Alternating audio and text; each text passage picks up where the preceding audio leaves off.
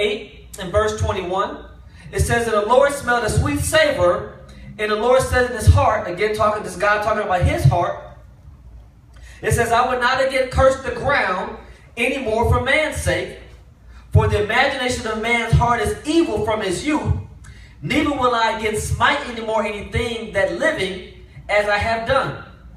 While the earth remaineth, seed time and harvest, and cold and heat, and summer and winter, and day and night shall not cease. What are you saying, preacher, in verse 21 here?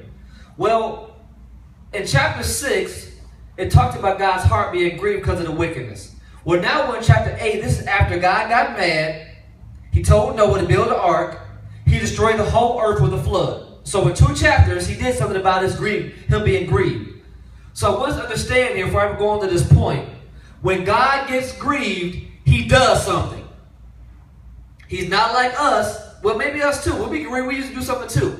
Okay? We usually retaliate. So God has said, I was so mad that I made man that I got rid of man. Just like I've heard old school saying, I put you in this world and I can take you out. What God is saying here is that I made man. I got pissed off, in essence, from them doing, not for no reason, but because their heart was wicked perpetually. I had a right to be mad at them. I gave them a chance. They did it perpetually. So for us listening right now to the mouth of God being spoken tonight, we should be asking ourselves, am I doing something perpetually that God has said don't do? It had to be a whole bunch of things. And there's one thing that I'm doing perpetually according to the word, it is grieving God. And if it's done continually, God even says in the New Testament that our hearts can be waxed cold, meaning that we would have no ability to turn back warm to God, that we would have no opportunity to know God in the fullness of his love. There is a point where God gets so pissed off, he's done with you. He did it to Adam, put him outside the garden with burning swords. He did it to Saul, had him killed. He did it to the whole race of people here we're talking about in Noah's day. He did it again in Sodom and Gomorrah. God is a God that when he gets pissed off, he annihilates.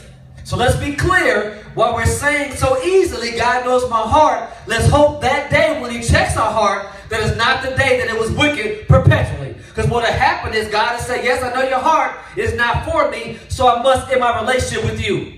God cannot know sin. The word know, according to the Bible, is an intertwining, a yoking together, and God can never know sin. So what we're saying, does God know my heart? What we're saying is, will God be a part, be akin to, be tied together, yoked to my heart right now?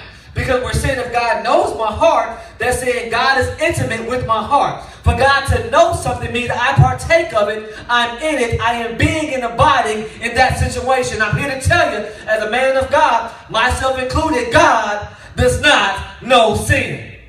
Not know from a knowledge standpoint. Obviously, God knows all and is all. But from a knowing, from a familiarity, from I'm a part of, I can be a part, I am this. God says, no, I am life, not death. I know no sin. I only know holiness, for I am God that is holy.